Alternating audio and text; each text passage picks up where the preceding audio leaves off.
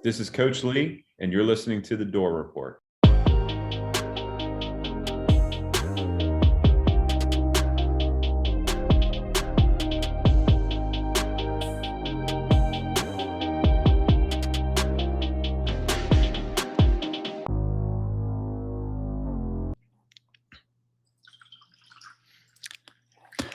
Welcome back into the Dore Report, and welcome into episode 357 on a lovely Tuesday evening, March 10th, 2026. I am Will Byrum, joined as always by my squire, Hack Squad Jim Duggan, a.k.a. Trevor Hulan. We've been rewatching the Game of Thrones, not the Game of Thrones, Game of Thrones in this house. I influenced Trevor. Night of the Seven Kingdoms inspired me to give it my first rewatch since watching it the first time and being pissed off by the ending. So we're sipping on some Josh tonight. Oh, dude, yeah! Shout out to my girlfriend's mother as well as her aunt for this wonderful glass of wine for my birthday. We are cracking it open for TDR. So Josh wine was a meme at one point. I remember it was like going crazy on Twitter and Instagram. This is my first time having it. Actually, a delicious red. I would buy this. Sipping on the Josh on episode 300. Josh talk. On episode 357, we're letting the Josh talk. I've got one of my bullet points for the tweet announcing the episode. Perfect start. Here at the Dore Report, we are presented by 615 Collectibles. If you're into sports cards or sports memorabilia, check out 615 Collectibles on eBay. Items include NFL team packs, graded cards, individual cards, and more. Shipping is always fast. It is still free. As of right now, Trevor, on episode 357, we're going to continue to kind of do the ads in different parts of the episode. At some point, I might just pre-record those. We'll see. But we have a lot to get to on episode 357. Women's basketball. Big loss in the SEC tournament. Unexpected. Yeah. Loss. We will dive into that just a little bit. Men's basketball closed out the regular season the right way with a victory in Thompson Bowling in Knoxville over the Tennessee Volunteers, 86-82. We will dive into that performance. And then upcoming, we have the SEC tournament where the Vanderbilt Commodores have secured a 4 seed and a double bye. We will dive into that, the odds to win the SEC tournament, and then give a brief look into Vanderbilt's current predicted bracketology, where they might land in the NCAA tournament coming up. And then we will dive briefly into baseball and some concerns, red flags, whatever you want to call it, as much as you want to go into that, Trevor. And then we have some good premium message board questions after the TDR cocktail break. So a lot going on, but it might not be the beefiest episode we have ever had here at TDR, but a big episode of TDR. Trevor, give us a vibe check. I think last week you had it at what? An 8 or something? I think a 7.5. Okay, you had raised it significantly. Anytime we beat the team out east, that's going to raise the vibe even more. I'm going to go to a 9.5. I feel really good about what I saw Saturday with this basketball team. I feel really good about having the double bye. We'll discuss that later. The only thing that is keeping it from a 10 is the VandyBoys. However, they did get a series win, sweep rather, against the. I think they were one after the series. They were 1-15 North Dakota State Bison. So thank God. Won the series. Yeah, big time series dub. Right now, Vanderbilt baseball is taking on Indiana State as we record this. So I think that first pitch was, about an hour ago? I believe so, yes. So I don't think that's going to weigh in too heavily on your thoughts on the VandyBoys and where they're sitting right now. But hopefully that's going well. I haven't seen any updates. Let's read off an ad here. Let's read off Rhoback Activewear. There is only one way to describe Rhoback. There's only one word, but I'm wearing it right now. That word to me is comfortable. There's only one way to describe Rhoback, and that's best fit, best feel. For those who aren't familiar with Rhoback, they are completely changing the game with their incredibly comfortable activewear. Rhoback has released so many items within their newly licensed game day collection, and it's our favorite. With novel polo designs and clean hoodie and quarter zip designs for some of your favorite schools, it's definitely worth checking out. Nobody else in the market is pairing these levels of custom designs with this quality of activewear. Rhoback's everyday shorts or their Delta performance pants are the perfect pairing as well. They're both super comfortable, have an elastic waistband and great fabric that is made to have the appearance of a nice short look, but the comfort for a day on the move. Roback has also been proudly leading the NIL charge, having signed partnerships with multiple college football stars, both past and present, and are becoming the go-to brand for college athletes across the country. You can use code VAN20, that is VAN20, all capital letters, no spaces, on roback.com for a generous 20% off for all new customers. That's spelled Roback, RHOBACK.com. That's 20% off all performance polos, shorts, and more with code VAN20. Also, can't forget them, the NIL store. Visit nil.store/DoreReport15 and get some gear and merch from your favorite Vanderbilt athletes. We've mentioned it the last couple episodes. I think I saw a picture of one on Twitter. The Vandy script jerseys are available. And So they're beautiful, good. beautiful stuff. Peter Porker got one, and he sent us a photo, and I was like, damn, that is a good-looking jersey. So visit nil.store/DoreReport15. Use code DoreReport15, all capital letters, no spaces, at checkout for 15% off your order. Trevor, we talked about what we're going to get into. Any last thoughts before we get into segment one? None for me. Josh does not have Trevor talking yet. No, I'm sure he will. Let's get a little more Josh in the action. Before we get into segment one, before Trev gets some more Josh inside of him, we are now a part. I love Josh. We are inside now me. a part of the On3 Publisher Network. Visit thedoreport.com today and subscribe to a monthly or annual premium membership and support TDR for access to premium content, as well as our premium message board behind closed doors. Also, don't forget to follow us on Twitter and Instagram at The Dore Report. Like us on Facebook. Subscribe to our YouTube channel. Our podcast is available on iTunes, Spotify, YouTube, and Google Podcasts. And while you're at it, give our podcast 5 stars and a review on iTunes or Spotify. And if you're watching on YouTube, hit the like button. Hit the like button. Helps us out. Hit the subscribe button. Helps us out. It's now time for segment one.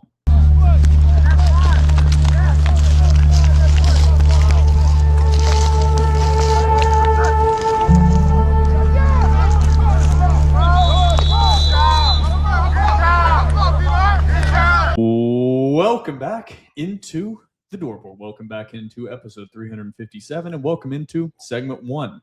We've been starting off with football. No football news to speak of. Still just the NFL draft coming up, April 23rd through April 25th. Spring practice coming up, still on the horizon. What date does that start? Spring practice. I know soon, but I believe the spring game is It's April 18th. yeah. April coming 18th up. is the spring game. But nothing to really report on football. So anything I'm missing there? There was that cornerback transfer portal signee. Yes, But was that, did we already cover that last episode? I think we did. Okay. Yeah, early. Like I believe he reclassified. Yeah, I don't know the story behind that guy. All right, that's it for football. Next up, the big story of this episode, that is basketball. Did I just say basketball twice? No. Okay, good. The Josh is The talking. Josh is having his way with us right now. Women's basketball. What a performance. It was weird. That was a This weird is ball game. Definitionally, I think we referenced another game with Vanderbilt men's basketball this way. This is a crumple it up and throw it away game to me. You learn from it of like, you can be beaten, and then you crumple it up and throw it away. Vanderbilt scored 17 points in the first half as a team. Yeah. Vanderbilt was down 49-17 at halftime to Ole Miss. Vanderbilt was a 2 seed in the SEC tournament. Ole Miss was a 7. Vanderbilt only ended up losing 89-78 after putting up 37 points in the fourth quarter. They tried to make it a ball game. Yeah, I don't know what you take away from that performance. Michaela Blakes was really off. Ended the game 8 of 27, 5 of 14 from 3, but she was really off early. Yeah. Galvin was 7 of 16, shot 38% from the field as a team, 27% from 3, while Ole Miss shot 57% from the field and 50% from 3. Yeah. So it was one of those games. My thoughts initially are just good to get that one out during the SEC tournament. Agreed. Because this team's still going to be a 2 seed in the NCAA tournament. Good to get the bad performance out now. That's my thought on it. Yeah, like I said, man, they tried to make it a ball game. I mean, the most notable thing to come out of that game was the Shea Ralph ejection, which was awesome to watch. Other than that, I don't have anything to add. The results of that game don't give me any pause or any concern going into March Madness for the Lady Dores. They're human. That's the core of it. But yeah, this is why basketball is an incredibly frustrating sport. You just don't see performances like that out of a football program. You will see it out of a baseball program. You just don't see it in basketball. Some days the other team's just hitting shots and your best player is just off. And that's what that game is. And there's nothing you can do about it. Get it out of your system, flush it out. Vanderbilt women's basketball, set your sights on the NCAA tournament. The selection show for the women's basketball tournament directly follows the men's selection show on Sunday, March 15th at 7 p.m. Central Standard Time on ESPN. So tune into that. Vanderbilt's basically locked into a 2 seed. Is that a given? You're just finding out what 1 seed Vanderbilt's going to end up in. Yeah. For the storyline, it's going to be UConn, don't you think? The potential storyline. You would think, I would guess, if I had to place a wager down, that's what I would guess. Yeah. We will see. I think, did they announce, this is where I'm really bad keeping up with women's basketball. Have they announced the national player of the year yet? Not yet, no. Okay. It's also one of those things when you're on Twitter a lot. It used to be you clearly knew what the real National Player of the Year award was. Now it is every single sports media outlet, from the most reputable to the least reputable, from the AP to a random account that doesn't even have a podcast or a site or is affiliated with anything, all have their National Player of the Years. And so I saw something that was obviously not the real National Player. When is that announced? I'm not sure for women's, but now that you bring that up, we should do our own National Player of the Year awards. Like, we should have had our own Heisman. We should have. The TDR Heisman, and it would have gone to Diego Pavia. We should have done regular season awards for this basketball team. We still could. That is true. We still could. Like, who is TDR's National Player of the Year? For me, it would be Mike James. We'll run through a quick regular season awards when we hit men's basketball, which we were about to get to. So let's dive into men's basketball. One game to recap. Yes. It's a fun game to recap. Oh, praise God. Vanderbilt went on the road, returned the favor to Tennessee with a 4-point victory of their own. Of course, Tennessee beat Vanderbilt in Memorial 69-65. Vanderbilt went up to Knoxville in a much different scoring game. Vanderbilt beat Tennessee 86-82. Vanderbilt came out firing on all cylinders, specifically defensively. Yeah. Vanderbilt dominated defensively early, jumped out to a 15-2 lead. Tennessee was able to kind of pick it up at that point. Vanderbilt went into halftime with a 32-22 lead. And then Vanderbilt had some chances early in that second half to really stomp on Tennessee's throat. Didn't do it. Tennessee was able to dig their way back into that game. I think at one point an AK Okereke 3 put Vanderbilt up like 41-24 or something like that early. Yeah, the largest lead was a 17-point lead. Yeah, Tennessee clawed their way back, made it close late, drew to within like 3 at one point. But Vanderbilt was able to close it out. Got maybe some lucky breaks go their way. Tennessee's pressure really bothered Vanderbilt late in the game. I think that's something to take away from this game, is if you can get the ball to Tyler Tanner against even a good full court pressure team, you're fine. Against a great defensive full court pressure team like Rick Barnes in Tennessee, Vanderbilt's struggling to bring the ball up the court. Duke Miles being fouled out didn't help that, certainly.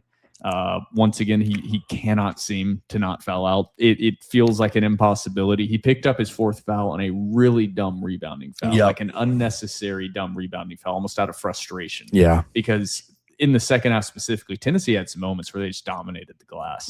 Vanderbilt built the lead early by not allowing that to happen. And then there was one possession where I think Tennessee pulled down 5 offensive rebounds in one possession. I don't even think they scored on that possession, but pulled down 5 offensive rebounds.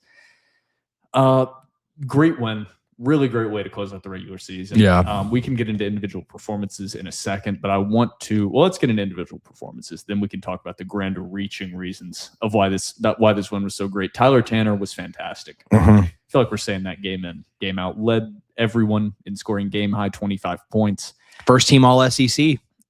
first team all SEC, had a lot of really good steals. Duke Miles was good, not great, I will say. Struggled with foul trouble all game. 3 of 10 from the field, 13 points. Ako Okereke was great. He was the co-MVP of this game. 17 points, hit some shots in really, really key moments. 5 of 8 from the field, 1 of 2 from 3. Chandler Bing was fantastic. Again, Chandler Bing continues to be fantastic. Tennessee continuously were going on these runs, like 4-0, 7-0 runs. Vanderbilt always seemed to have an answer. At one point, Tennessee was on one of those 7-0 runs. I think they'd cut the lead to 4 with 6 or 8 minutes left in the game. Felt like a really big moment. Tyler Tanner drove through the lane, dished out to Bing buried a 3.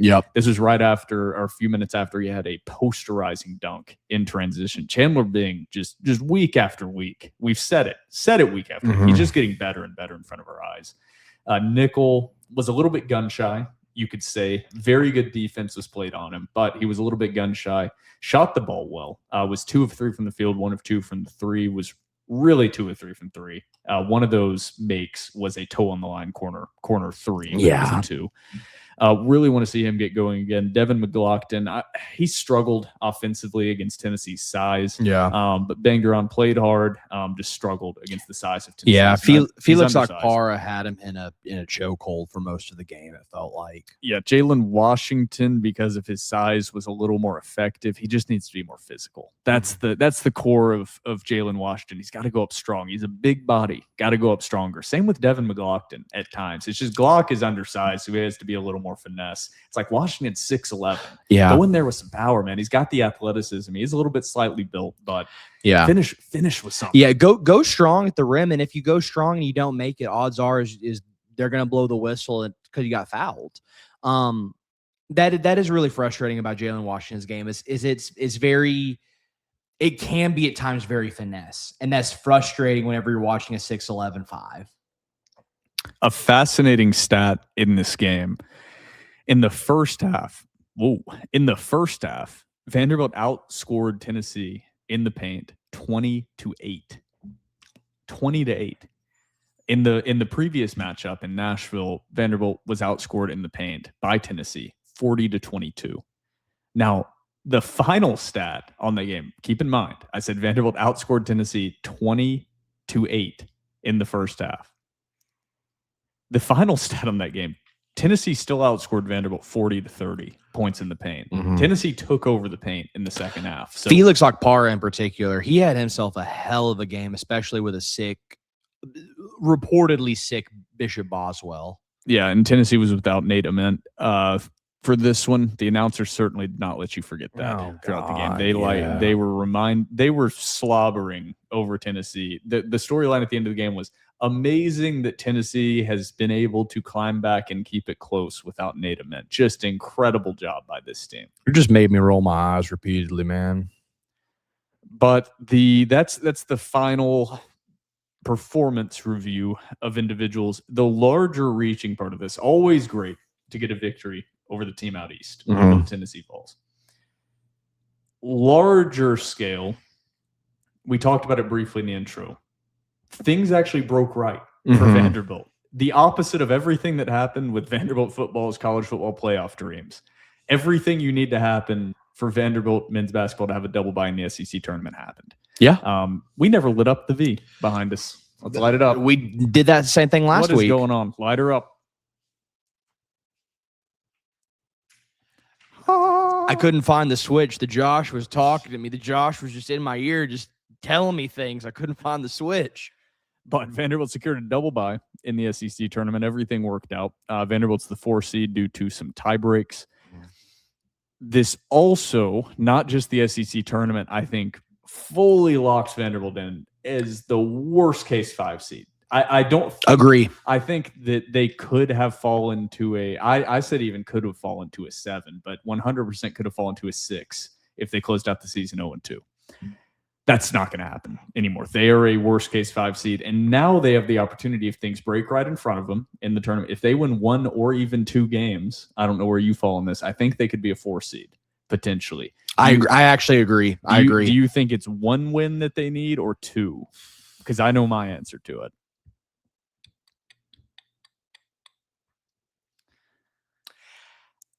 Depending on the opponent, Friday. So for all intents and purposes, it seems like it's going to be Tennessee again. If it's Tennessee again, and I think if they get a win on Friday, I think one win against Tennessee again, even if it's in a conference tournament, could lock them up for a 4. Or not lock them up, but like put them in a really, really good position.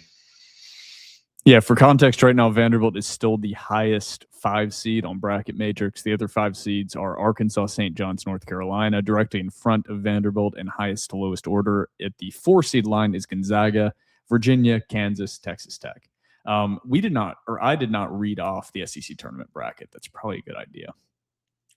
So I guess I'll just read off all of them. Vanderbilt, of course, has the double bye, like we've talked about. In Vanderbilt's, what do you even call it? Segment. It's not a region. Segment of the bracket. Portion. Yeah. Number 12, Auburn takes on number 13, Mississippi State in round 1 in game 2 of the SEC tournament. The winner of that faces Tennessee. The winner game faces Vanderbilt. So that's the breakdown there. The other 3 teams that have double byes in the SEC tournament are Florida, Alabama, and Arkansas. Looking at the current odds for the SEC tournament, I know we just flipped from the NCAA tournament directly into the SEC tournament, but is what it is. It's Florida versus the field. Yeah. Right now, Florida is minus 185 to win the SEC tournament. Arkansas is plus 600, Alabama plus 850, Tennessee plus 950, Vanderbilt plus 1200. Then a huge drop in Texas A&M plus 3,500. The odds go on from there. Texas A&M and Georgia tied at plus 3,500. I think there might be a little bit of value here in a team like Texas at plus 6,600. That just seems like very high odds for a team, or Kentucky at around plus. I think they were like plus. Kentucky's plus 4,500. Maybe a little bit of value there. Just saying. Yeah, but they got to play 5 days in a row. I'm not saying lock it. I'm not saying pour your hard-earned money into it, but just a thought. I do hope Missouri's lower odds than them with a bye. They're like plus 10,000. Yeah, and they have a bye. I hope for the sake of ticket prices going into the Friday matchup, I hope that Kentucky loses. And I also hope that Tennessee loses, because that will knock the price off face value entrance tremendously. Specifically Kentucky. Kentucky. If Kentucky loses Wednesday or Thursday, Vandy fans will be able to get it on Friday for dirt cheap. Yeah, it's like that every single year. Yeah. Has been my entire life. But it's just so bizarre seeing Kentucky playing in the first round games on Wednesday. They went from battling for a double bye to being the Tennessee. It's crazy. In one game is fascinating. Yeah, and that Florida game, and they got mollywopped for the most part. I do have a question for you. Staying on this Tennessee game, and maybe a little bit of an outlook for the SEC tournament as well as March Madness. During the Tennessee game, I saw a lot of chit chat on Twitter as well as the message board in regards to Tyler Nickel. Tyler Nickel has not been himself. I totally agree with you. He has been a little bit gun shy. I think I've asked you this question on a previous pod, but I want to ask it again. I saw some people on both platforms saying that it is time to significantly reduce Tyler Nickel's minutes. Did I say Tyler Tanner? No. Okay. I saw some people saying it is time to significantly reduce Tyler Nickel's minutes because of how dreadful he's been shooting. I'll go ahead and give my opinion. I totally disagree. Even if Tyler Nickel is not shooting at the clip that he has been all season long, simply by having him on the court, the defense has to respect his ability to let it pop from 3. That is my opinion. Do you think, with what you've seen from Tyler Nickel going into the SEC tournament, going into March Madness, would you lessen his minutes, or have you made it this far with letting Tyler Nickel be on the court as much as he has, and do you just let it rip? Like, what is your prognosis? Everyone, I think, that has listened to the Dore Report for any extended period of time knows my answer to this already. If you think the answer to the Tyler Nickel question right now is reduce his minutes, you're a non-ball knower. It's dumb. It's a dumb take. Okay, that's how I feel. If you think that's the answer, it would be different if Tyler Nickel was not established at one of the best shooters in the country. We're talking about a 6-7 game stretch that he's been off. I would say at this point, maybe. That's dumb. This team, to be successful and to be the team that they are and to be the 5 seed that they are, has to have Tyler Nickel making shots consistently. So it's not like they just have another guy waiting on the bench that can replace Tyler Nickel's production. That doesn't exist. So what? It's better to play more Tyler Harris. That's the option. More Mike James. That's better than Tyler Nickel, and the chance that he gets it going again. The other side of this is exactly what you said. I said it for a long time talking about basketball. Before Mark Byington got here, this was a big issue I had with Stackhouse and how he aligned his lineups. If you're a proven shooter, the defense knows you're in a bit of a slump. That does not mean they're relaxing off of Tyler Nickel. They are still face guarding and basically the entire time he's in the half court. So 100%, you keep him on the court just because of what it opens up for the rest of the offense. It opens up the paint. It opens up driving lanes. It opens up passing lanes. So until the defense stops respecting him, until it gets to that point, which it will not, will not get to that point because he's a proven great shooter. Until it gets to that point, that's dumb. No, you do not reduce Tyler Nickel's minutes. So let me ask you this, because my opinion whenever it comes to the Tyler Nickel conversation is, I said this on Twitter. I think I said this last week on the pod, and I still have this opinion. Even though he is in a slump, he's such a good shooter. The way that you get out of a slump is you have to keep shooting. You shoot your way out of a slump. You shoot your way. So I'm of the opinion, even though shots have not been falling, call me a non-ball knower if you want, I think you kind of got to force feed him. Are you sort of in line with that? Force feed him. Just keep shooting. Yeah, just keep doing what you're doing. Yes. And if the shots aren't falling, it is what it is. But he's got the green light anytime the ball's in his hand. It's sort of my opinion. Yes. Whenever it comes to Tyler Nickel. Yes. There's a large enough sample size. There is no question that Tyler Nickel is the best shooter on this team. Tyler Nickel is probably the best shooter in the SEC.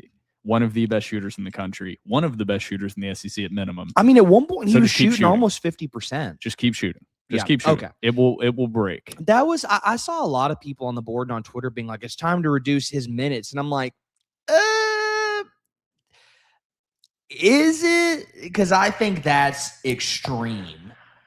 Because it's like you said, if you take Tyler Nickel out and like you significantly reduce his minutes, who is going to take his minutes? And it's gonna be somebody like Tyler Harris.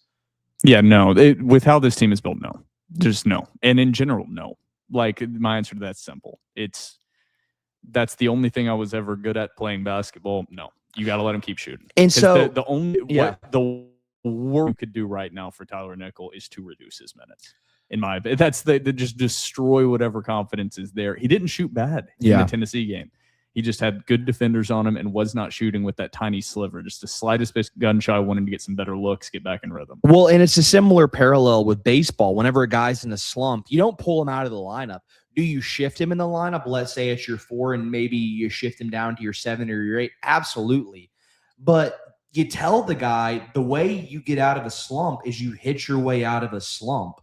And so it's the same parallel is whenever a guy's in a slump like this, whether it be baseball or basketball, you keep letting them hit, you keep letting them shoot, because that's all it takes is one swing or one shot for it to get turned on. Exactly. So some miscellaneous stats as we've been reading off week by week. In the AP poll, Vanderbilt men's basketball has gone from number 24 to number 22. In KenPom, Vanderbilt has gone from number 15, returned back to number 13 in the rankings. And then in the NCAA net, Vanderbilt remains at number 16. Do you want to do? Oh, you had something. I do have another question for you. I don't want to look too far ahead to next season. However, how do you replace somebody like A.K. Okereke? What they do on the offensive and defensive side? Because Tyler Tanner, rightfully so, has gotten most of the praise. Rightfully so. He's the best player on the team. However, do you not like kind of look back on the season and look back game to game and be like, wow, A.K. Okereke was kind of, I don't even want to call him a glue guy. I feel like people have called A.K. a glue guy. I feel like he's more than a glue guy. Like, he's a legitimate, like, significant contributor. The only reason you would call him a glue guy is just because he's so consistent. He's just so consistent. But, like, don't you feel like he's like, and I don't want to say that, like, a quote-unquote glue guy is a knock on a guy, but, like, it kind of is. But, like, it's sort of the same as, like, a game manager. Now, however you want to compartmentalize that and define that. But, like, we say glue guy, and you're like, okay, yeah, like that's the guy that like really brings the team together, but like isn't like a significant contributor. A.K. Okereke feels like, especially when you look back at the season, feels like a significant contributor for this Vanderbilt team. I mean, how do you replace him? I don't want to make it sound stupidly simple because it's not, and it's much more difficult than what I'm about to say. But it's the portal, yeah. There are obviously not exactly like A.K. Okereke. It's not what there are plenty of undersized 3/4 men in the portal. That's what the portal is. That's all it's built with, is undersized 3/4 men that are not elite shooters from the outside. That's the portal. So it's AK has been 10x what I expected him to be. To be honest. So replacing him is not going to be easy, if not close to impossible is the wrong word, but it's not going to be easy because he's been such a damn good player, and you have to scout correctly. But he's not one of the irreplaceable guys to me. That's a very different question than a Tyler Tanner. Like Tyler Tanner feels irreplaceable if he went to the draft. Yeah, like I think when he is playing well, what Duke Miles brings is a way tougher thing to find available in the portal than what A.K. Okereke does. Just a steady scorer, good, solid build, not elite athleticism, not elite scoring capability, but solid scoring capability, not elite ball handling, but solid ball handling, pretty good / really good defensively, pretty good rebounder. That can be replaced if you have one skill that's extremely elite, like Tyler Tanner's speed and ball handling, control of the game, or you have Duke Miles' scoring ability and difficult shot making, and like that's what's so difficult to find. It's like, but I'm not wanting to discount what AK does, but it's almost one of those things I look at when you lose that guy in the portal and you say, okay, well, that's something we can replace here. I don't know if maybe comparable in football is maybe losing an interior offensive lineman. I don't know if that's correct, but it's whatever the opposite is of losing Trey Richardson's speed. It's losing a guy that's like, man, he was a good player. There's plenty of other solid players, but that elite speed or some elite skill, like elite shooting, like Tyler Nickel, like that's rare. That's rare paired with just a not horrific defender. Yeah. Tyler Nickel is not. That was a really long-winded answer. Would you say that AK, I hate to put you on the spot, but with the regular season being over, if like you could give an unsung hero or an unsung MVP accolade to any player on this team, I feel like it's AK. Yes. It's got to be, right? Yeah. It may be the second. I want to say a close second, like maybe a second is Jalen Washington, maybe. Let's do let's do these quickly, just off the cuff, and then we'll go into baseball. So first off, I feel like you're leading into this, but I don't want to forget. What's your prediction of what happens in the SEC tournament for the Vanderbilt Commodores? Before I forget, I had that written down. I think they win Friday, drop Saturday. I think if they, man, that's a tough one. I tend to agree with you. I have a bad gut feeling that if they play Tennessee again on Friday, that they lose. I could be swayed that way. I have a bad gut feeling about that. I think that's more likely than them winning Saturday regardless. And then prediction of winner of the SEC tournament. I mean, chalk, it's Florida. Yeah, Florida. That's very easy. Number two, I think would be I'm going to go Alabama. Actually, really, I'm going Arkansas, which is very boring and very on the odds. But that's my. Do you have a dark horse? Dark horse is legitimately Kentucky, and I know that's dumb, but they are plus 4,500. There's going to be a lot of blue in the stands, and there's going to be a lot of pressure on Pope to give them some symbol of something. I know they have to play 5 games. But we're talking dark horse here. So my dark horse is Missouri, or I already said Texas. Them or Texas. My dark horse is going to be Texas A&M. Okay, it's an interesting with Bucky's style of play. Yeah.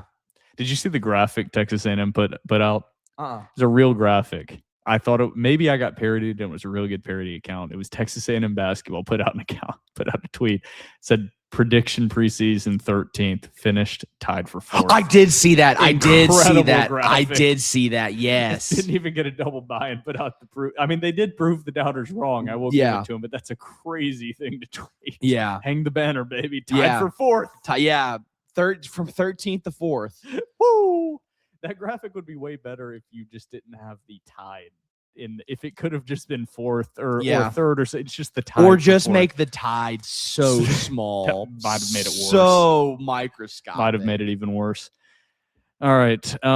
Let's do superlatives real quick. We did not prepare this ahead of time. I like this a lot. Some of these are going to be super easy, to be honest. We'll start, and some players might be in multiple categories. So we're going to go first with just MVP. And I think that's easy as Tyler Tanner. We don't even have to talk about it as Tyler Tanner. Don't even have to expound as Tyler Tanner. Offensive player of the year. Tyler Tanner. Tyler Tanner. Defensive player of the year. Tyler Tanner. This is where I have the first thought process begins starting for me. Okay, let me hear your defensive. I'm interested. Duke Miles. Over Tyler? Duke Miles is averaging more steals per game than Tyler Tanner. I also think when he is fully healthy, I haven't chosen Duke Miles. This is the first time we've had a debate for this. Yeah, you're just presenting a new idea. I still think it's Tyler Tanner. Yeah, but Duke Miles, this is the first time there's really a close race up there for me. Next award, freshman of the year. It's Bing. Chandler Bing. Not even close. This is an interesting one because there are a few different ways you could define it. Most improved player of the year. It's an interesting one because it depends on how are you saying improved from last year, or are you saying improved throughout the season? Just depends on where your mind goes, or how are we defining this? If we're going improved from last year, it's obviously Tyler Tanner. However, if you are going improved throughout the season, I think there's actually two guys who could get it. I think the number one is obviously Chandler Bing. However, if you're going improved throughout the season, I think Jalen Washington could make a case. Yeah, I think I would obviously go with Bing if it was improved throughout the year, but it's going to be Tyler Tanner because I think it's improved from last season, even though Bing doesn't qualify for that because he didn't have a last season. What other awards would be lunch pail guy? Oh, the lunch pail guy. It's going to be AK. AK. I want to go Glock. He's just been too inconsistent this year for me. But he's a runner-up there. I think it's about all the superlatives. Glue guy? Could we go a glue guy? I think a glue guy is Devin McLaughlin. I think a lunch pail. See, you have a different definition. I think lunch pail and glue guy are the same thing. Synonyms. Interesting. Okay. A glue guy, the glue guy is the culture guy that brings everybody together. It's not, you can have a guy that's like your second best player in your team be the glue guy. See, that is a possibility. He can also be a hard hat lunch pail guy. I don't know if I could I don't know if I could like define it. However, but like if we go back to like the Kevin Stallings team, like I think a glue guy was Brad Tinsley. However, I think a lunch pail guy was Lance Goldberg. Okay. I mean, I can see they're not perfect synonyms. But I understand. I'm working it through in my head. They are similar, but they're not synonyms. Biggest surprise of the season. That's a good one. Does it have to be positive? No, it can be positive. It's Tyler Harris. Okay, I was going to say Tyler Harris being dog shit. Because I think if you went out wide, the biggest surprise would either be Tyler Tanner or Duke Miles. However, you can find 2 tweets before this season ever started of me saying, number 1, Tyler Tanner breakout season incoming, and number 2, Vanderbilt fans are going to love Duke Miles. So those might be the surprising ones from the furthest outside, but I agree with you for the surprise of real fans that it's Tyler Harris. I mean, there were just expectations. There was real discussion. Is he going to be the leading scorer this year? Yeah, on this roster, and now he's playing at most 4 minutes a game on a team that's without 2 guys that you initially planned on being in your rotation in Mason Nicholson and Frankie Collins. Biggest snake of the year. Rat. Biggest rat. I think we know the answer. I think it's Frankie. And then last one. It's not a superlative, but like, who has been your favorite player on this team? You're like, I love that guy. Tyler Nickel. Great pick. When he is hitting, there's nothing like a shooter. There's nothing like a white boy shooter. just nothing like a shooter that's got the cockiness. It's the same way. Like that throws up the. I know he wasn't the most successful. It doesn't matter where it is. I love a shooter. It's why I like Studi when he was here. It's a shooter with some attitude. That's what I like. I agree. So nickel for me. The chalk for me is going to be Mike James because I have a Mike James jersey. However, I love me some Jaden Leverett. I love me some Jaden Leverett. He's contributed this year in the limited amount he has. He's gotten thrust into action because of Mason Nicholson, and he's not been horrible. So still time to develop, but he's not been horrible. Yeah, which is I think the best thing you could say. Yeah, exactly. All right, that is it for basketball. Next up, baseball. We'll see how long we talk about baseball. Going into last episode, this team was 1-4 in their previous 5 games, with the only victory coming over Troy in the game that ended right before we started recording episode 356. I don't think Vanderbilt baseball did anything this weekend against North Dakota State that moved the needle for Vanderbilt fans. In fact, even though they won the series in 2 of those games in very convincing fashion, I think if anything, it made Vanderbilt fans feel slightly worse. Vanderbilt was playing North Dakota State. North Dakota State going into the series, I believe, was 1-13. Correct. They were bad. Yes. Really bad. Vanderbilt won on Friday, 14-2 in 7 innings. Good. Vanderbilt won on Saturday, 10-0 in 8 innings. Good. Vanderbilt lost on Sunday, 5-2. Baseball's different. You win the series, you win series, you have a good season. And it's a game of series. It's not a huge deal. If it was just that series and everything else had kind of gone better, Vanderbilt didn't go 0-3 in Vegas, I don't think anybody would be raising any red flags about that loss. But it's because of everything else that is. So when you put it in context, yeah, it's not just it's people go, oh, you're overreacting. It's like, yeah, I'm not overreacting. Now we have a 17, about to be 18 game sample size. Mm-hmm. There are issues. Yeah, this team is not as talented as VandyBoys teams in the past. So they're playing Indiana State right now. Do you have a score update on that?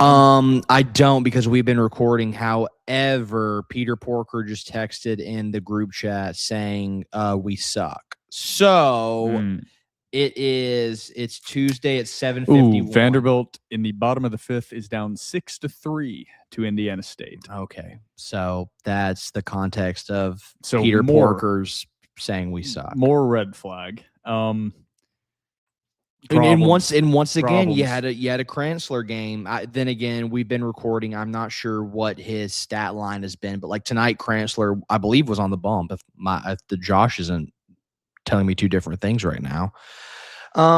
This is why I'm usually only allowed to drink during the podcast. Guys, I'm 260 pounds. I'm a lightweight, man. I'm actually not a lightweight. Like, I can handle my alcohol. I really love wine. I was telling Will before this, like, a nice summer day, I love a beer. However, any other day or evening, man, I just love a glass of red. I just love a glass of red. You would. Yeah, you would. Dude, I mean, I don't know, dude. Shout out to my shorty. She's got me into this wine kick. I was never a wine guy until I met her. She said, try some wine. I was like, this is delicious. So here's my thing with the VandyBoys. My tone from last week has not shifted whatsoever because of a series win against a really, really bad North Dakota State team. The issues still arise. There's pitching injury issues, which Corbin has not been straight up with. That's his own prerogative. Nevertheless, that's frustrating. The big thing to me is, and I've seen some discourse, some people are saying, oh, like, this team can only score if it's home runs or extra base hits. And I'm like, yeah, that's like kind of the nature of the game, not just in college baseball, but in Major League Baseball, is like you win by home runs and extra base hits. Like, this idea of winning by small ball has not been a thing outside of Vanderbilt for the past 10 years. So that's a little bit frustrating. But the biggest issue with this VandyBoys team is the bullpen. The Sunday bullpen, not good. Midweek bullpen and your midweek starters, not good. You're starting to have some injury issues with your starters on Friday and Saturday, and it's like those things compound, man. And I get it. It was a series win this weekend, so I shouldn't complain a lot. However, with SEC play coming up this weekend, like I'm very worried, and I know LSU has not been what they were expected to be. Nevertheless, like it's still a team that's chocked full of D1 talent. And some guys that are going to be playing Major League Baseball for a very, very long time. Like this isn't going to be a North Dakota State team. I am really, really, really worried about this VandyBoys team going into conference play. And I don't want to throw the baby out with the bathwater. However, it is March the 10th right now at whenever we're recording 7:54 p.m. I'm going to be honest, guys. This is not a tournament team. It's just not. And could I be wrong? And I hope to God I'm wrong. Yes. But like what we've seen so far, this is not a tournament team whatsoever. And like if you've convinced yourself that this is a tournament team with the bullpen, with the pitching, like I don't know. I just don't know what to tell you. I don't know what to tell you. 19 NCAA tournament appearances in a row for the VandyBoys. Trevor thinks that might be in trouble. We will see. SEC play begins this weekend with LSU in Nashville for the VandyBoys. And two, like I don't want to go on a tangent, but like also like the lineups have been so funky. Like I don't believe we had Johnstone in the lineup. I haven't been able to watch the game because we've been recording this. I know Braden Holcomb had an injury. Hopefully he's okay. But it's just like the lineups have been weird. The bullpen, the biggest gripe that I have is the bullpen because going into the season, we thought that this was going to be a really, really good bullpen. And it just hasn't been. And Kranzler, who you thought was going to take a huge step forward, a necessary step forward, hasn't taken that step forward. And it's frustrating. Yeah. And this weekend, Vanderbilt takes on LSU. And it feels like Sundays. I hate to keep going on this tangent, but it feels like with the way the bullpen is, like it feels like Sundays are an automatic loss, which is okay. But because if you lose Sunday, but you won Friday, Saturday, or you lost Saturday, but you won Thursday, Friday, that's okay. Whatever. You won the series, don't care. But like with the injury issues for the pitching staff that keep arising, and like with just the lack of like Vanderbilt, let's call it what it is, doesn't have a Friday guy. God forbid you drop most of your Friday games and you drop most of your Sunday games. Like you're not going to have taken a series all year long in conference play. And it's just, I don't know, man. Not positive vibes on the VandyBoys right now. Positive vibes on the other sports. This team sucks. The roster construction is bad. The bullpen is bad. The progression is bad. And you guys know where I stand with Tim Corbin. He's the greatest thing to ever happen to Vanderbilt athletics, but all good things must come to an end. And I hate to say I'm right, but right now it feels like I'm right. We will see. This weekend, Vanderbilt takes on LSU in the Hawk on Friday, the 13th of March at 6 p.m. on SEC Network Plus. On Saturday, the 14th at 7 p.m. Central Standard Time on SEC Network. And on Sunday at 3 p.m. on ESPN 2. That is it for segment one. That is it for baseball, men's basketball, women's basketball. Coming up after the cocktail break, we have premium message board questions. Everybody out there, grab yourself a delicious hot or cold beverage, and we will be back right after the TDR cocktail break.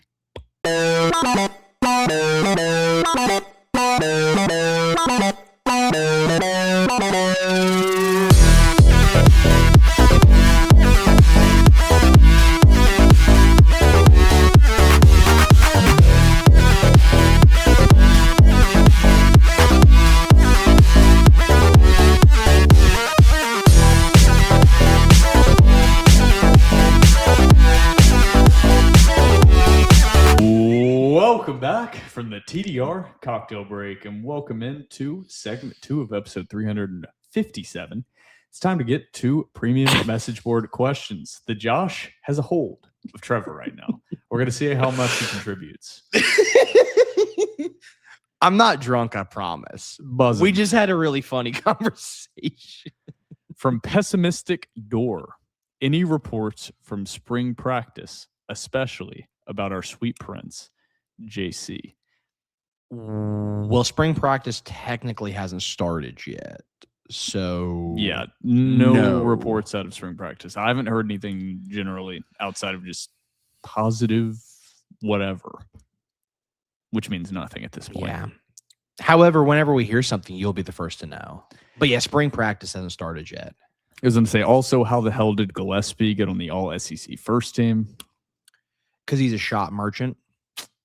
Yeah. And like, I don't want to diminish the kid, but like, he's a shot merchant. Just about what it is. Vandy Fan 95. It seems like a lot of Power 4 baseball teams are dropping their out of conference games besides just Vandy. Any thoughts as to why that is? I mean, I would say it generally happens every year. That you'll see. I don't know if it's at a higher rate this year. I'd have to see that at a broader scale. I think maybe Vanderbilt fans are just searching those out more because Vanderbilt's losing those games. That would be my take of it. Also, too, like and this is just total conjecture, just like with the era of the transfer portal, maybe there's like a little bit more parity, but I think I typically tend to lean with you in that, like, we are just seeking that out to be like, oh, it's not just us. I think it's like confirmation bias. Yeah. Poor Vandy fan 615. What is it about the makeup of this baseball team this year and in recent years that contributes to them playing tight and having such a difficult time in high-pressure situations?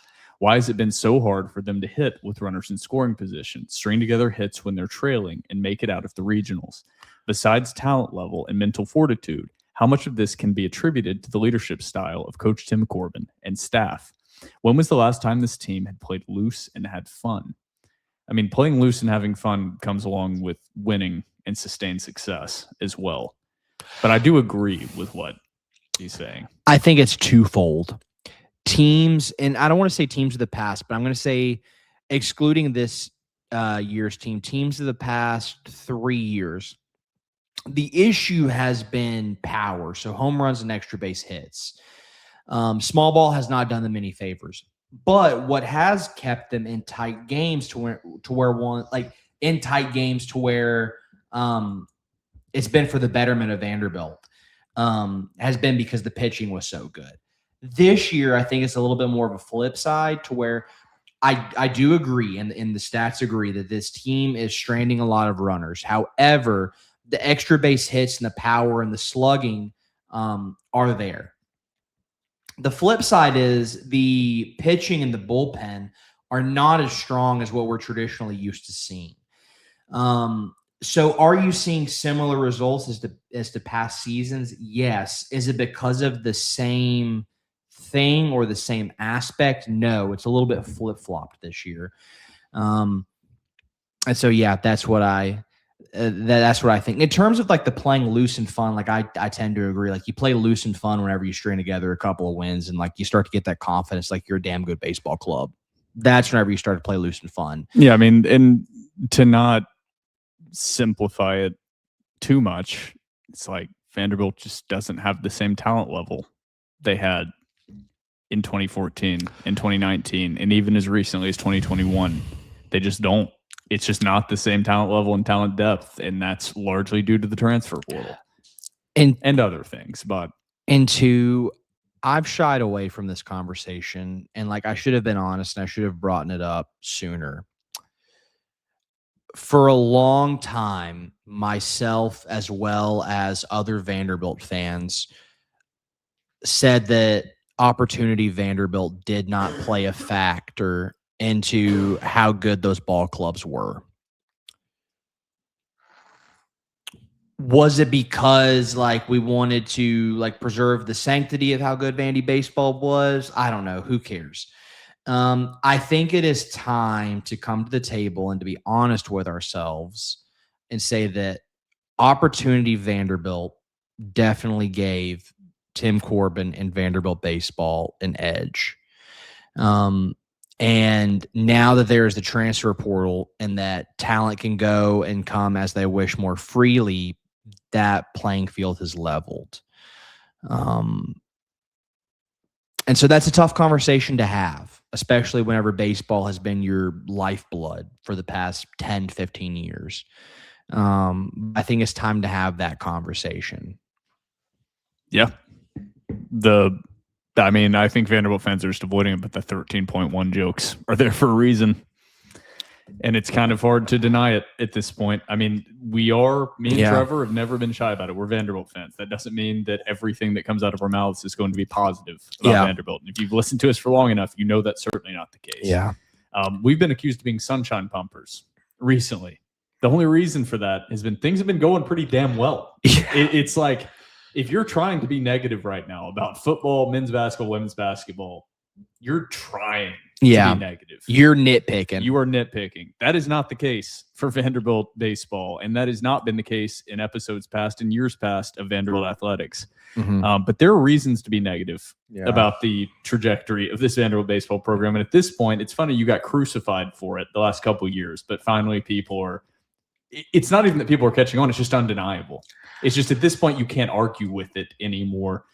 And I'm hoping things turn around. We are both hoping that things turn around. SEC play starts this weekend. But as of right now, the simple answer is they're just not as talented as they were. The talent gap is not there anymore. You could say to a Vanderbilt doesn't have that edge that was previously afforded to them. You could say to a certain extent, you're seeing SEC football teams experience that. Not to the same extent, but like Alabama, they don't have that gap anymore. That gap does not exist. Yeah. And I'm not even saying, and that's an extreme one, I'm not even saying that doesn't mean Alabama's not going to continue to be an extremely elite program that makes the college football playoff. But what the portal and NIL has done is Vanderbilt beating Alabama with how the old system was unthinkable. That was unthinkable. The talent just couldn't get there.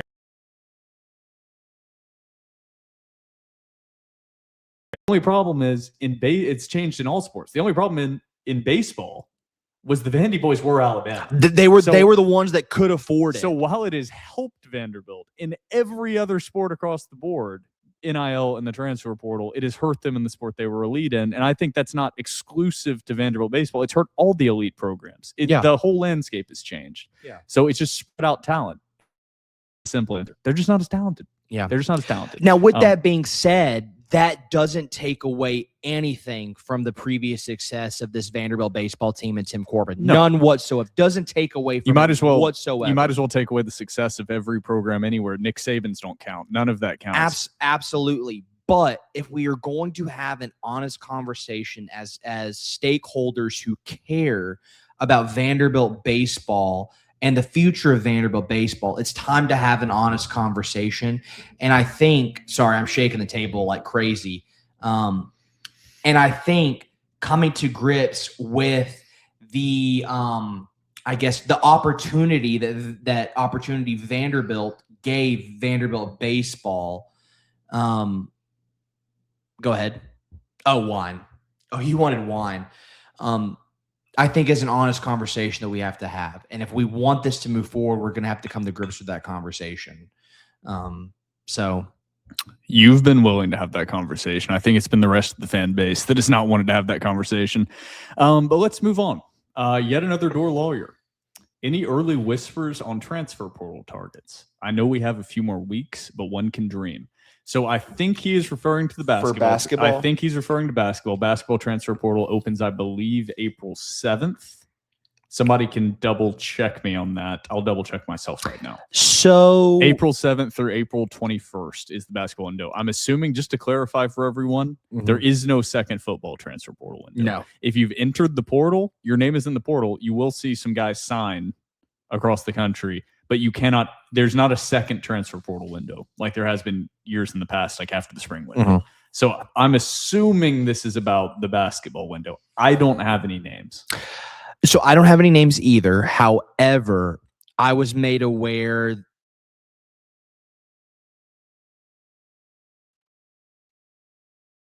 it's March.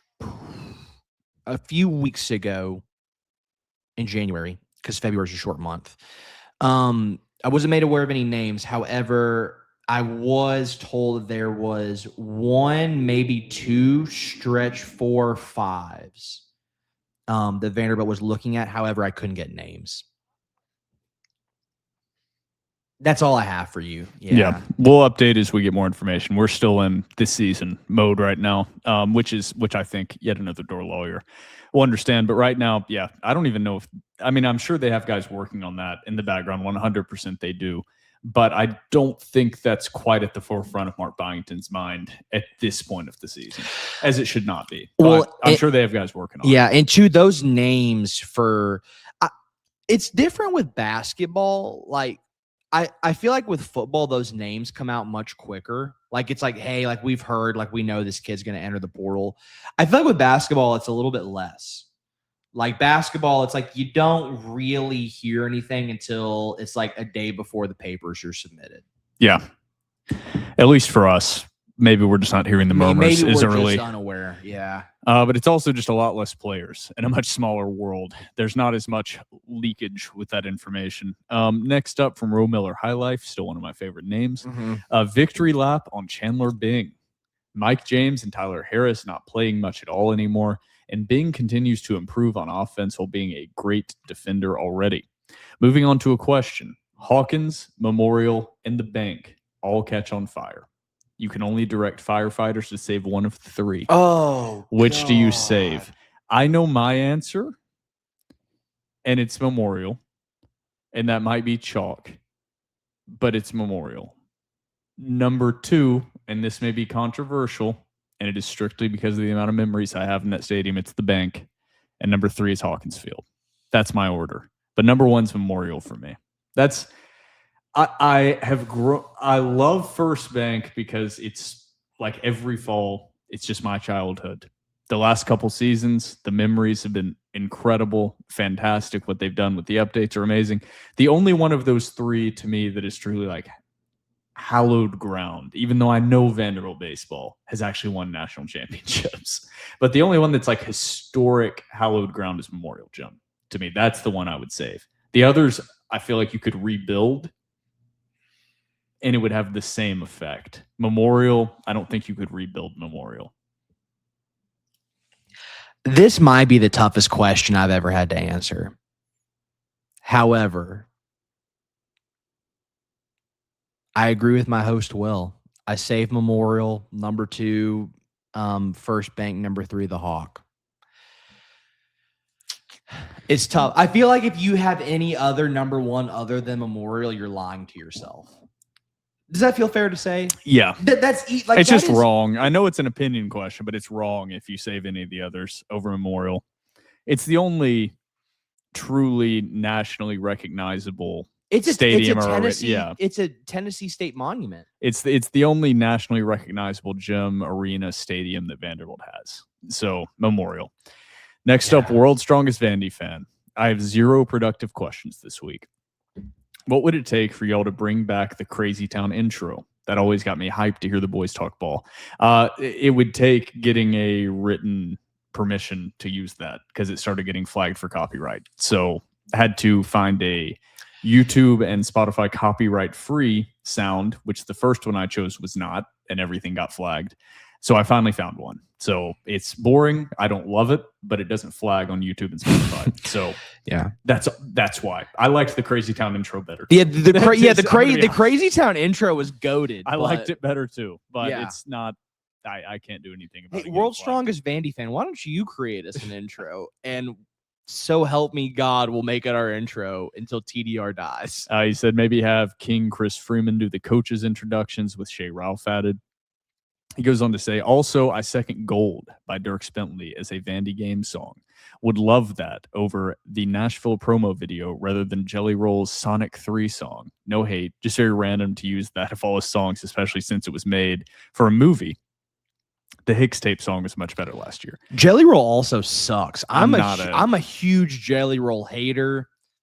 Jelly Roll sucks. I do not accept as a native Nashvilleian. Will, also a native Nashvilleian. I don't want to speak for you. We do not accept Jelly Roll in this pod. I'm not a Jelly Roll fan. but I'll take him at games if he's willing to support. But yeah, I'm not a jelly roll guy necessarily. Yeah, I like Gold, but we should I Gold. like where that's going. And then he goes on to say, Will, what was it like to see the Titans actually act like an NFL team in free agency? It's a nice change of events to see them at least trying. That's what I like to see. I at least like to see. Oh, we're out of wine. I've run out of my beloved Josh. It's nice to see the Titans actually doing something. I will say that. A lot of holes to be filled on that roster, but it's nice to see some action. From Vandy Dore, if Trevor was a Vandy boy, what position would he play? Catcher. Yeah. So growing up, Will, like you've said numerous times, your sport was basketball. My sport was baseball. I was a catcher my whole life, so I would be a catcher. Said same for Will, same for Alex, same for Peter Porker. Okay. In softball, I pitch. I'm going to say pitcher or second base. I'm going to I'll give you second base. Alex feels like a first base or third coach. I'll give him a position. Alex will be second. I'm giving him second. I'll take No. I think you're second. I'm going to go. No, I think you're right, actually. I'll move you to short. I'll move Alex to second. Peter.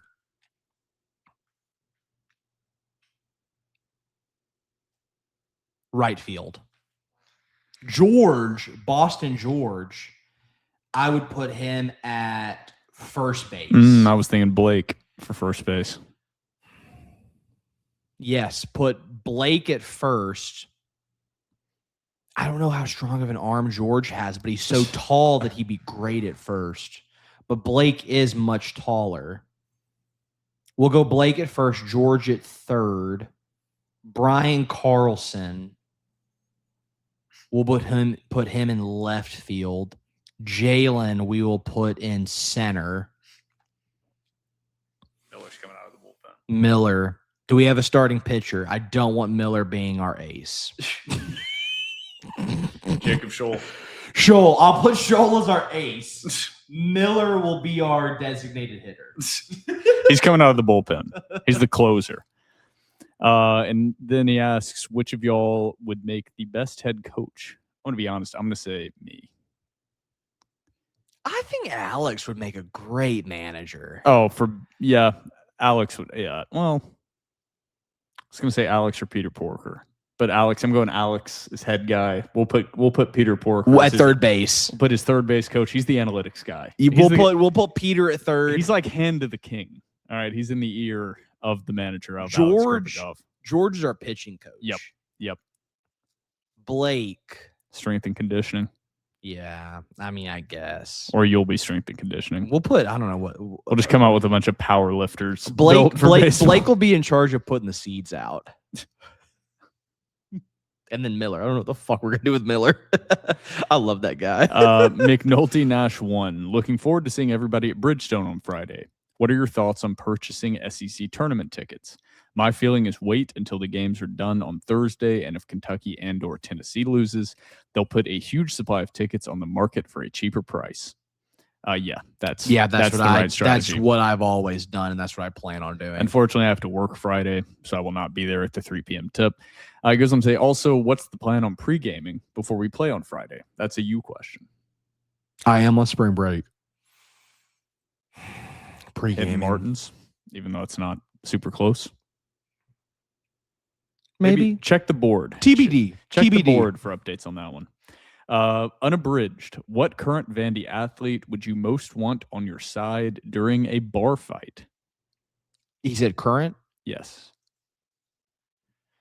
I was going to say Colby Taylor, but he's not current. If I could go back, Zaylen Wood.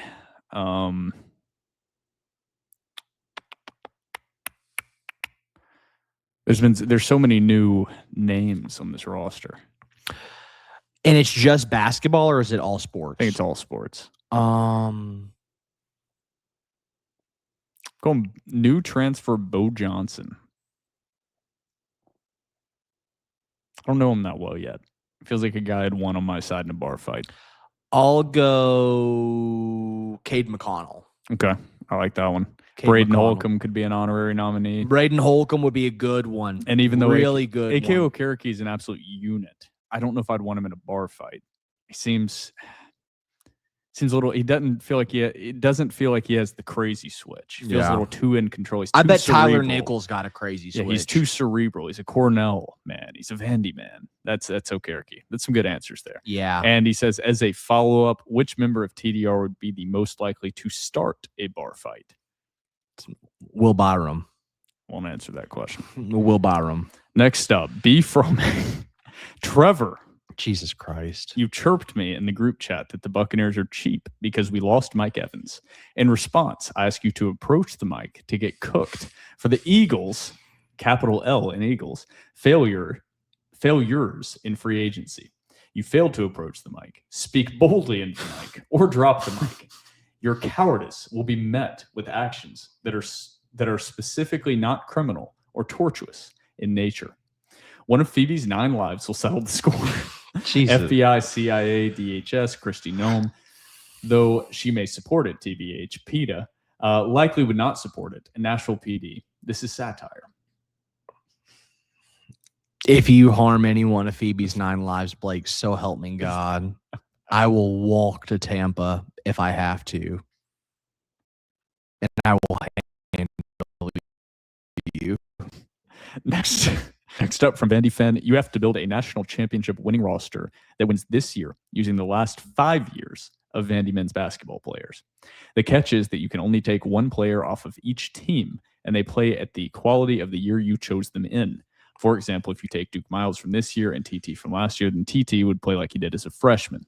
You can only choose 1/6 man from any of the teams. Can you put together a team that wins a natty? Also, thank you, Trevor, for the apology on the pod last week. You are very welcome, man. You got me. I'll say it again. You got me. I tip my hat to you, Vandy fan. That is also a great question. I think with my first pick, I have to go his final season, Liam Robbins. I'll go final season, Liam Robbins. I'll go 2025, 2026, Tyler Tanner. I will go. Oh, that's a good one. 2024, 2025, Tyler Nichols. So I've got my 1, my 3, and my 5. I need a 2 and a 4.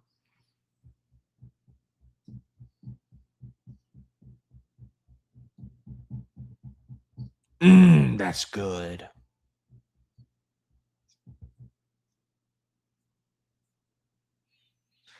I will take.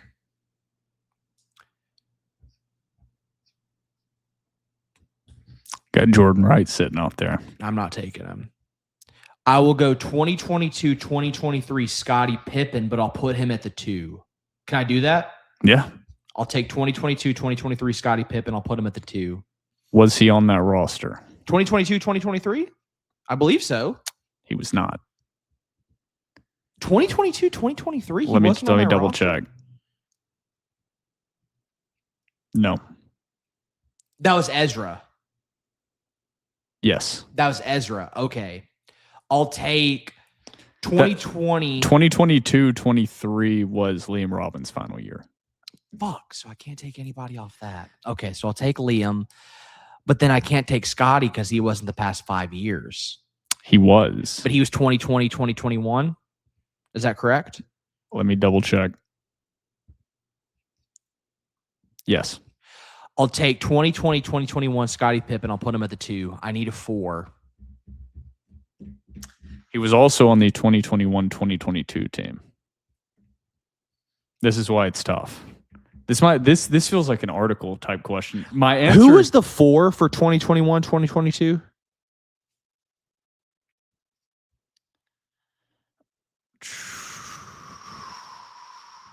You had Liam, Jermaine Mann.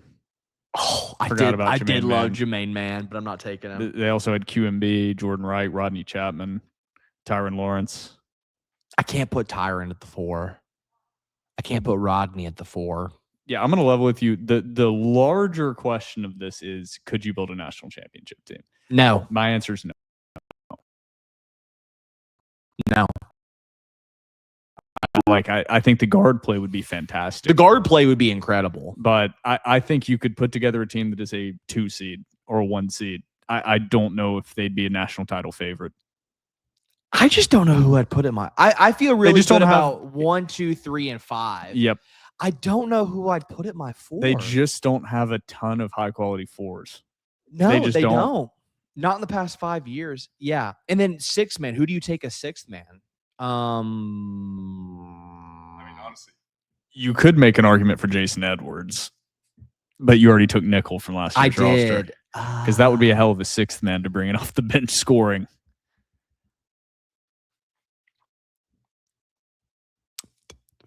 I don't know, fucking Jason Rivera Torres is my 6th man. Taryn Frank. Oh God, Trey Taryn Frank. Thomas. Oh, My Don't- arch nemesis, Trey Thomas. don't bring that name up again. That's a great question. Trey Thomas is the funny one because it's Trey- everything I describe about shooters doesn't apply to Trey Thomas because I don't believe he was ever a good shooter. No, That's the Yeah. part. It's like he was small and he had a quick release. I never saw an example that he was actually an elite shooter. I never saw it. I saw that he was streaky and he was small and all he could do was shoot. But I never saw he was an elite shooter. I never saw it. Now, if we if we extended that from 5 to like 10 or even 15, yeah, I think you could build a national title team. Full roster. being Full able to choose, roster, yeah. yeah. Your depth would be outstanding Insane. if you're able to pick like 3 players from each of those or 2 players from each of those years. Because then I would go. This is a good premium article idea. Yeah. I like this. I might dive into this. I would go Tyler Tanner at 1. Junior John Jenkins. No, sophomore John. Well, then that's not 15. You don't get John Jenkins. Are we going 15 years back? I was gonna go Oh. 15, but then if we went sophomore John Jenkins, that's 16 years back. So even I was because just I want Jeff thinking- Taylor as my 3. I was just thinking multiple players from each of the previous 5 years. All right, this is taking too long. yes, It's a great question, though. Next up from 615, Dore. Question for Trevor. Will can answer too. If Frankie Collins and Jalen Carey both ask you to come over and have a sleepover, whose house are you pulling up to? Well, I wouldn't go to Jalen Carey's at all because he's a Vol. So that would leave me with Frankie Collins. The issue with Frankie Collins is he has no furniture left. So I have to sleep on the floor. But I'd rather sleep on the floor at Frankie Collins' house than sleep in a bed at a Vol's house. So I'll go Frankie Collins. We were actually joking on the break. I don't know if I can say this, but the Josh is speaking. The Josh is taking a hold of me. We're thinking about buying some of Frankie Collins furniture off Facebook Marketplace. Let's put it in the stewed. If he has an ottoman left, Frankie, we might buy that off you. Next up from Peter Porker. He put out a full lineup based on that earlier question for TDR staff members. I love it. Had catcher Trevor, first base Blake, second base Jalen, third base Alex, shortstop he put himself. Interesting. Interesting. Okay. Left field Brian. Thank God for the short porch. Love you, Brian. Yeah. Center field me. Will. Right field Miller. And we're going to bring random TDR subscribers to pitch each game. And then he said, Will is the coach of TDR. So why not the coach of our ball club? I like you as a center fielder. I really like I'm you not as a very center. I hate to tell you guys. Well, here's the I have an MRI tomorrow morning Well, at 8:30 a.m. So if this episode has a late time being posted, I'll be having an MRI. well, on and my left knee. speaking of your MRI with your previous injury concerns, I would be worried that you would re-injure yourself in center field. So real possibility. Unabridged said Will is the player/manager. Love it. And Vandy Dore said last player manager I remember was Pete Rose, a notorious gambler. Will fits perfectly. Thank you. I think I will do a great job gambling on my own team. I will never gamble on the opponent, only on my own team to win. That's what I guarantee. You sound like Pete already. The Pete Rose documentary. What was that on? Was that on HBO? Mhm. Dude, one of the most eye-opening documentaries of all time in one way, because I've always been on Pete Rose's side of this whole thing. Generally, when you listen to him talk about it, it's like listening to a child talk, or RIP, he's passed away now. Yeah. But in that documentary, the way he talked about it was almost like how a child talks about their like wrongdoing. It's like he couldn't even see how what he did was wrong. And it's like, that's all the MLB was looking for, was you understanding it's wrong. I will understand it's wrong if you want to induct me into the Hall of Fame. Yeah. Well, and somebody who's been a lifelong Cincinnati Reds fan, and just the stain, the unfortunate stain that is Pete Rose. It's like you said, even until his last breath, he was like, hey, I'm sorry, but I never bet against my team. So, and then he would add the caveat, he'd end that sentence and he'd go, well, and today we have steroids, so I think I should be in. And it's just, Pete Rose was, just from a psychological perspective, a truly fascinating person. It's a very good documentary. If you've never watched it, I can't remember the name of it, but it's the Pete Rose documentary on HBO. Pete Rose also fooled around with minors, so I don't know if you want that attached to you as well. So I do not. The gambling is fine. Yeah, gambling Gambling's attach the fine. gambling to me. The other one, stay away from that one. Yeah. All right. That is it for premium message board questions. Anything else you want to add here before we close out episode 357? Nothing from me. All right. Next time we record, we will know the results of the SEC tournament. We already know the results of the women's tournament. We will know the results of the men's SEC tournament. We will know the seeding for both Vanderbilt men's and Vanderbilt women's basketball, and we will be previewing March Madness. So everybody buckle up. We'll have a loaded episode 358. But for myself, Will Byrum, and my co-host Trevor Hulan, this has been episode 357 of the Dore Report, powered by 615 Collectibles.